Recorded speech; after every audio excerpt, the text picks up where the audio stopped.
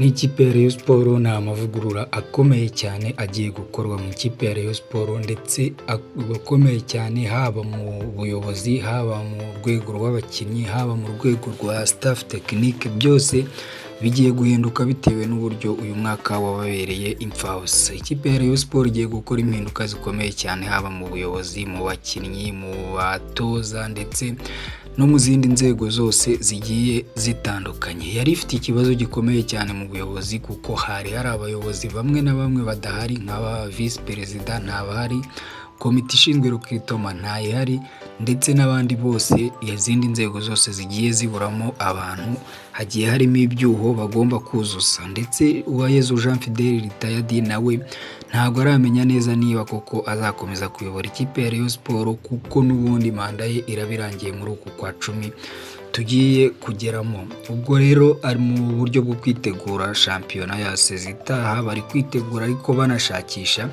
uburyo bakosora amakosa yose yagiye aba, haba mu mirokiritire, haba mu buryo bw'ubuyobozi, haba mu buryo bw'abatoza ndetse n'iyindi myanya yose itari kuboneka. Mbahaye ikaze, ibyo byose nibyo tugiye kugarukaho muri iki kiganiro cyo muri iki gitondo, kandi mbashishikariza gukanda subscribe abatarayikanda, abayikanze muri abantu b'abagabo ndabashimiye cyane, ndetse niba wakunze inkuru ujye ukanda like, uduhe n'igitekerezo cyawe muri comment. Mbahaye ikaze rero aho muri hose, haba mu gihugu cy'u Rwanda, hanze yacyo ndetse n'abandi mwese aho mwatwumvira hose, haba muri Afurika ndetse no mu bihugu by'i Burayi ndetse na Aziya.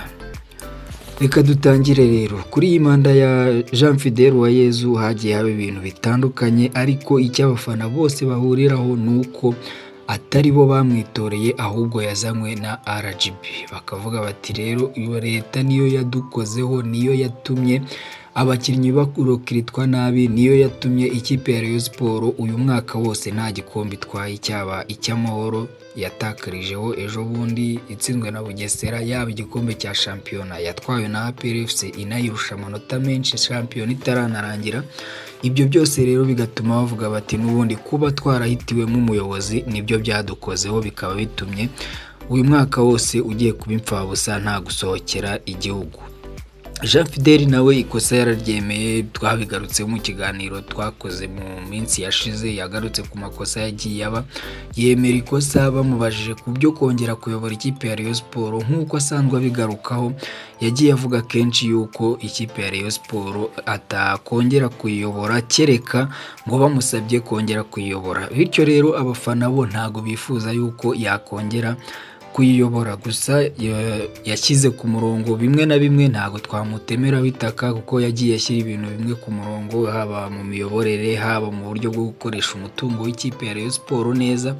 Nta madeni akivugwamo, nta bintu byo kuvuga ngo twagize amadeni, ngo Rayon Sports irimo amadeni ameze gutya, ahubwo nayo yasanzemo yagiye ayishyura agenda agabanuka. Ikindi yashyize ku murongo ibintu by'ubuyobozi, ibanga muri Rayon Sports ntabwo ari ya kipe ikibona, umuntu wese akibona amakuru ku mihanda uko yishakiye. Ibyo byo yarabikoze, nawe arabyemera akavuga ati ikipe ya Rayon Sports nge bamaye kuyobora kereka bamaye department y'imiyoborere ndetse n'uburyo bwo gukoresha umutungo w'ikipe. Ati naho ibyo mu kibuga byo bakanshakira abandi bantu bazi ibya recruitment, bazi ibyo mu kibuga, bakaza bakaba ari byo bakora. Ubwo rero hagati aho ngaho, kubera ibyo byose byagiye biba, nawe afite ikimwaro cyo kuba nta bikombe ari gutwara mu ikipe y'abagabo, dore ko mu ikipe y'abagore ho bimeze neza kandi ikaba yaranashinzwe kuri manda ye. Ibyo rero abafana bo ntago babikozwa, baravuga bati n'ubundi Jean Fidèle agomba agende, ikipe yongere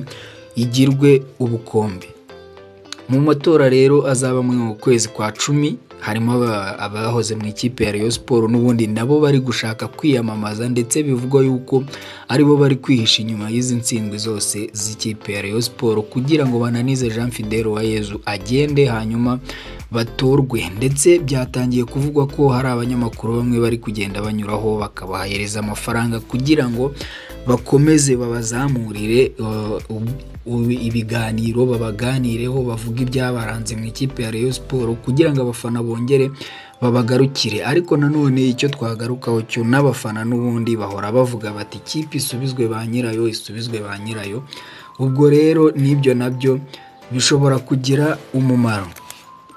Muri ayo matora rero hari abagabo babiri bari kuvugwamo kuziyamamaza kandi bahoze mu ikipe ya Rayon Sports, ndetse igihe bari bayirimo yari ikipe ikomeye cyane. Harimo Gacinya Chance Denis ndetse na Paul Muvunyi. Abo ngabo barashaka kuziyamamariza kuba perezida, byakwanga umwe akaba perezida undi akaba visi perezida, kuko n'ubundi byigeze kubaho ubwo bari bayoboranye.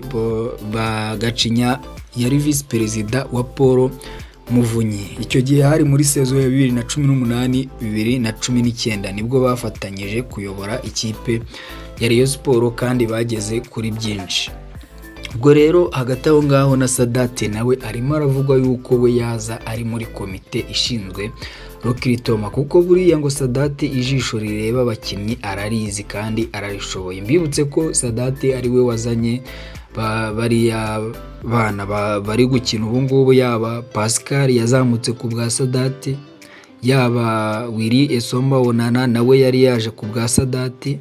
We azi kureba umukinnyi kandi akamenya n'uburyo bw'imikinire ye. Gusa n'ubundi nubwo bazaba baje nibiramuka bikunze bagatorwa, hazaba hari na directeur technique. Ubwo rero urumva bagarutse, kuko bose ni abanyamupira, nubwo wenda imiyoborere yo gushyira Rayon ku murongo bitagendaga neza, ariko ni abanyamupira.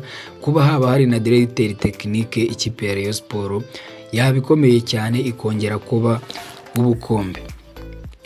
Gusa nubwo Jean Fidel nawe byagiye bimunanira, ariko ubu mu ikipe ya Rayon Sports, mu makipe yombi, yaba ikipe y'abagabo ndetse n'iy'abagore, yatwayemo ibikombe. Ubu afite ibikombe 4, ibikombe 2 byo mu ikipe y'abagabo, harimo Super Coupe ndetse na Peace Cup biheruka, kuko nibwo yaherukaga gusohokera igihugu, ndetse n'ibikombe 2 byo mu bagore, yaba shampiyona y'icyiciro cya 2 na shampiyona y'icyiciro cya mbere. Ikipe y'abagore yo ifite n'amahirwe yo kuba yatwara igikombe cy'amahoro, kuko ejo bundi yasezereye AS Kigali igera ku mukino wa finali izahuramo n'Indahangarwa, bahatanira kuba batwara igikombe cy'amahoro. Ubwo rero nacyo agitwaye byaba ari ibikombe 5. Gusa icyo abafana batishimira ni ukuba nta gikombe cya shampiyona mu myaka yose yayoboye ikipe ya Rayon Sports yaba yaratwaye.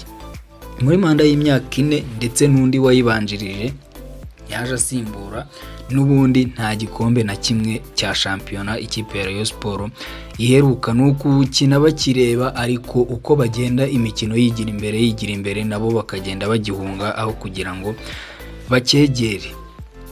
Muri ibyo rero, ibyo byose nibyo bigiye gutuma abo bagabo bagaruka bakaza bakiyamamaza kugira ngo barebe yuko n'ubundi bakongera kugarura ikipe ya Rayon Sports ikongera kugaruka muri rese y'igikombe cya shampiyona, ndetse no kongera gukomera ubukomere bwayo n'ubukombe bwo mu gihugu cy'u Rwanda ndetse no hanze yacyo bukagaruka. Tugarutse gato ku buryo bw'imiyoborere y'aba bagabo, duhere kuri Gacinya. Gacinya yayoboye ikipe ya Rayon Sports muri sezo ya 2015-2016 asimbuye uwitwa Ntampaka Theogene. Yatwaye Peace Cup cyangwa se igikombe cy'amahoro cya 2016, 2017 asohokera u Rwanda muri CAF Confederation Cup, ariko yaviriyemo muri second round cyangwa se mu ijonjora rya kabiri. 2017 yatwaye Super Coupe ndetse atwara na shampiyona, ahita 2018 asohokera u Rwanda muri CAF Champions League, ariko aviramo muri first round cyangwa se mu ijonjora rya mbere. Nubwo buryo we muri iyo myaka yayoboyemo ikipe ya Rayon Sports. Muvunyi we ni wa mugabo ukunda kwitabazwaho rukomeye, kuko ikipe ya Rayon Sports ayihoramo, ndetse yayiyoboye nka perezida inshuro 2 zose. Ubwa mbere yayiyoboye imyaka 2, guhera muri 2005 ageza 2007 ari we perezida wayo, ndetse ubwa kabiri yaje muri sezo ya 2018-2019. 2005 rero kugera 2007 yayifashe. Muri 2005 yayifashe amaze gutwara shampiyona y'u Rwanda ya 2020 ya 2004 asohokera u Rwanda muri CAF Champions League, ariko yahise aviramo mu ijonjora ry'ibanze. Aho ngaho nibwo yari akiyifata, ntago yarakamenya neza uko ibintu byifashe. Ubwo yayishyize ku murongo mu kumara kuvamo aviriyemo mu ijonjora ry'ibanze.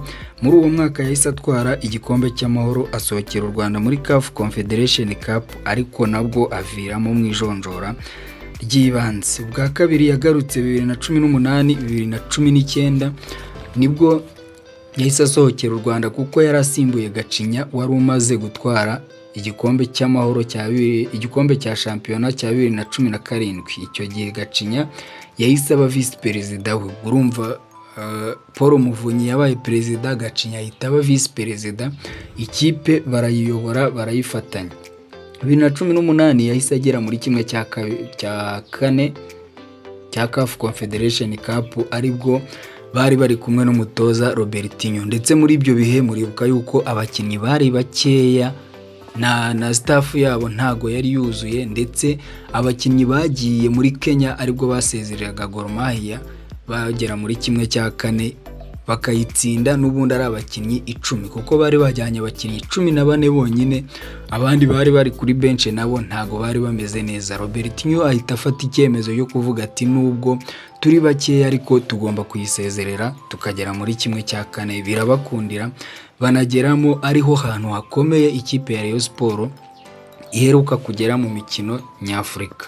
Ubwo rero aba bagabo bari gushaka kwiyamamaza kugira ngo barebe yuko bagaruka mu ikipe ya Rayon Sport bakongera kuyigira ubukombe. Ndetse tugarutse kuri Sadate ho gatoya, Sadate nawe biri kugenda bivuga yuko yagaruka mu ikipe ya Rayon Sport, aje kuba muri komite ishinzwe recruitment, kuko n'ubundi ubu ngubu ntayihari, kandi bashaka kubaka inzego zose kugira ngo babashe kugera ku cyo bari gushaka, aricyo cyo gutwara ibikombe bakongera gusubira ku ruhando mpuzamahanga. Ubwo rero Sadate nawe aramutse agarutse, urumva baba ari abagabo batatu bayoboye Rayon Sport bongeye kuyigarukamo, bayizi neza.